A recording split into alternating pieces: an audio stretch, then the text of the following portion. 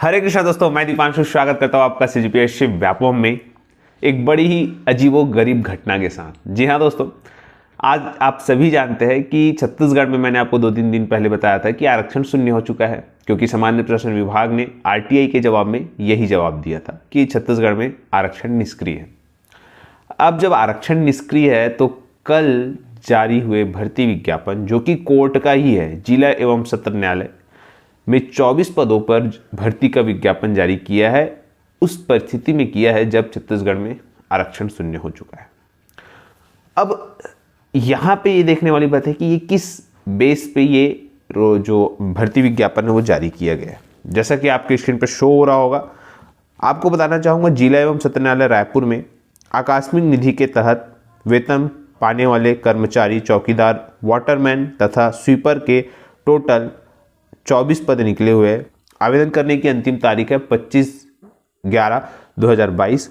यहाँ पे कार्यालयीन दिवस पर आपको यहाँ पे अपना आवेदन प्रस्तुत करना है। ठीक है, अब यहाँ पे चलिए योग्यता अगर हम बात करें तो अधिकतम योग्यता 10वीं पास है, और यहाँ पे बताया गया कि अनुभव प्रमाण पत्र संलग्न करें। साथ ही यदि किसी अन्य कार्य में विशेषज्ञता है, जैसे ड्राइवर, कुक, इलेक्ट्रीशियन, फर्राश, माली एवं प्लम्बर, तो उन्हें जो है प्राथमिकता दी जाएगी, ये बताया गया है।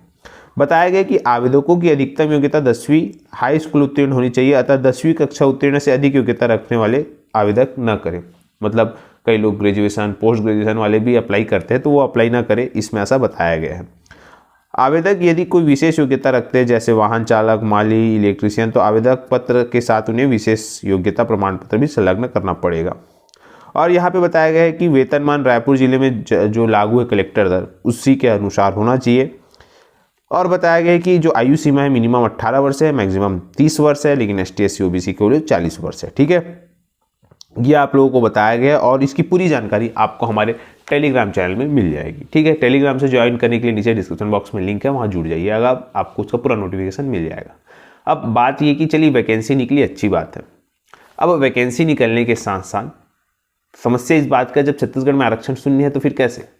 तो उस कड़ी में आपको मैं एक और खबर बताना चाहूँगा। ये जब EWS के पक्ष में जब निर्णय आया था सुप्रीम कोर्ट का, तो उसी के संदर्भ में दैनिक भास्कर में एक लेख छपा हुआ था, और उस लेख में इम्पॉर्टेंट है हमारे यहाँ छत्तीसगढ़ के महाधिवक्ता सतीश चंद्र वर्मा जी, उनके द्वारा बताया गया था कि 10% EWS आरक्षण छत्तीसगढ़ में भी लागू हो गया है, याद रखिएगा।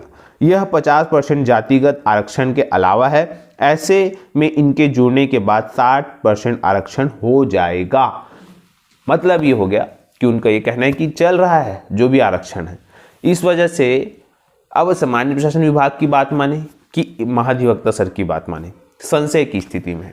और संशय की स्थिति में एक और कि युवाओं को कहीं ना कहीं यहाँ पे इसी वजह से 5 याचिकाएं लगी हुई है आरक्षण को बहाल कराने के संबंध में।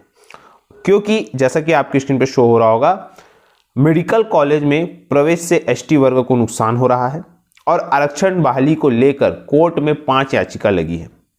याद रखिएगा, 7 से 10 नवंबर के बीच सुनवाई की गई थी। अगली सुनवाई आज है 15 नवंबर को, और आरक्षण के संबंध में कुछ विशेष निर्णय यहाँ पे देखने को मिल सकता है आज के दिनों में।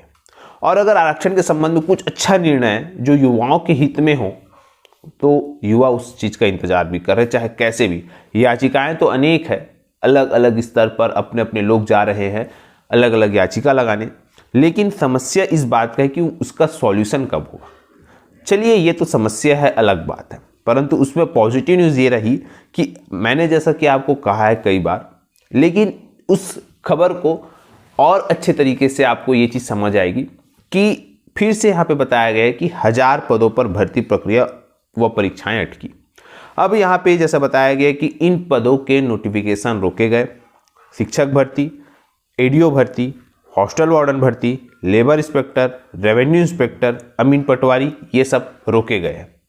अब कई लोग इसको ये समझेंगे कि ये कोचिंग संचालकों की चाल रहती है, उन लोग ऐसा बार बार पेपर में छपवाते हैं ताकि उनकी कोचिंग बढ़े। ऐसा देखिएगा, ऐसी ये सिर्फ नकारात्मक सोच है। अगर ऐसा होता भी है तो आप लोग फायदे में इसलिए रहे होंगे कि आप लोगों को इसमें पॉजिटिव ये सोचना है कि भाई वैकेंसी आ रही है, ठीक है आप कोचिंग मत जाइए, पर आप घर में तो तैयारी कर सकते हैं।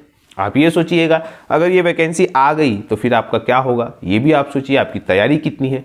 आपको एग्ज़ाम कैलेंडर नहीं मिला, परंतु इसके तहत आपको ये तो मिल गया कि हाँ भाई ये वैकेंसी आने वाली है। उस पर्पज़ से आप तैयारी तो कर सकते हैं। भले आप चलिए आप जो भी सोच रहे होंगे कि ये कोचिंग संचालकों की चाल है या ये उसकी चाल है उसकी चाल है, ये सब नकारात्मक सोच है। इसमें आपको नहीं पढ़ना है, आपको पढ़ाई करना है। और ये पॉजिटिव, इसमें से पॉजिटिव यही देखना है कि ठीक है अगर आपको कोचिंग नहीं करना है तो आप बढ़िया घर में बैठ के पढ़िए। कौन बोल रहा है आपको कोचिंग जाने के लिए? आप बढ़िया मस्त, अगर आपको सरकारी नौकरी चाहिए तो इसको पॉजिटिव मान के बढ़िया पढ़ाई करिए। लेकिन कुछ निगेटिव लोग ऐसा बोलेंगे कि ये सब तो चाल है, ये है वो है, उन सब लोगों से दूर रहिए, पॉजिटिव रहिए। क्योंकि याद रखिएगा अगले साल चुनाव है, भर्तियां चाहे कभी भी आए पर आएगी तो पर भर्तियां आएगी तो कम से कम आज नहीं तो कल नियुक्तियां मिलेगी ही मिलेगी, कोई भी गवर्नमेंट आए। और युवा तो सब जान रहे हैं कि चल क्या रहा है। कोई भी सरकार अगर भर्ती को लटका के जाएगी तो उनको भी मालूम है कि युवा उससे आक्रोशित तो होगा ही होगा और उसका परिणाम चुनाव में देखने को मिलेगा। तो सरकार भी कहीं ना कहीं कुछ नियुक्तियां करती है, कुछ नियुक्तियां छोड़ देती है। अब देखने वाली बात है कि सरकार इस पर क्या फैसला लेगी। बताया ये भी जा रहा है कि सरकार युवाओं के हित में फैसला ले सकती है आने वाले विधानसभा के विशेष सत्र में। जैसा मैंने आपको बताया है कि 80%, 81%, 82% वाली बात, उसके अलावा भी 50% आरक्षण रोस्टर पर भर्ती के संबंध में भी निर्णय लिए जा सकते हैं।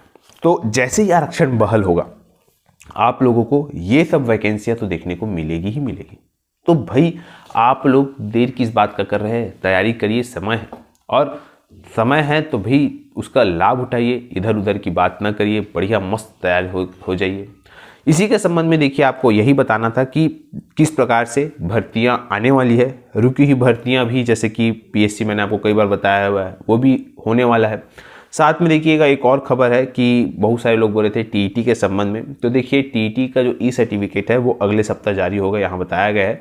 फिलहाल इस पर जो चीज़ें इसलिए रुकी हुई रहती है क्योंकि यहाँ पे तरह तरह के आप के पास आवेदन आते हैं। वो 0.5 नंबर वाला 9 प्रश्न विलोपित किए हैं, वो वाला मामला। तो देखिएगा 9 यहाँ पे इस वजह से सर्टिफिकेट में थोड़ा सा देर हो रहा है, लेकिन आने वाले समय में सर्टिफिकेट जारी हो जाएगा, उस चीज़ के लिए निश्चिंत रहिए। फिलहाल यही सब आपको बताना था कि देखिए भर्ती तो निकल रही है और आज आरक्षण पर सुनवाई है। क्या सुनवाई होता है हम आपको बिल्कुल तुरंत अपडेट देंगे। तो आज का वीडियो यहीं तक। आशा करता हूँ वीडियो अच्छा लगा होगा। वीडियो अच्छा लगा तो इसे ज़्यादा से ज़्यादा लोगों तक शेयर करें, लाइक करें, सब्सक्राइब जरूर करें। वीडियो देखने के लिए आप सभी को बहुत बहुत धन्यवाद। आप सभी स्वस्थ रहे, मस्त रहे और पॉजिटिव रहे।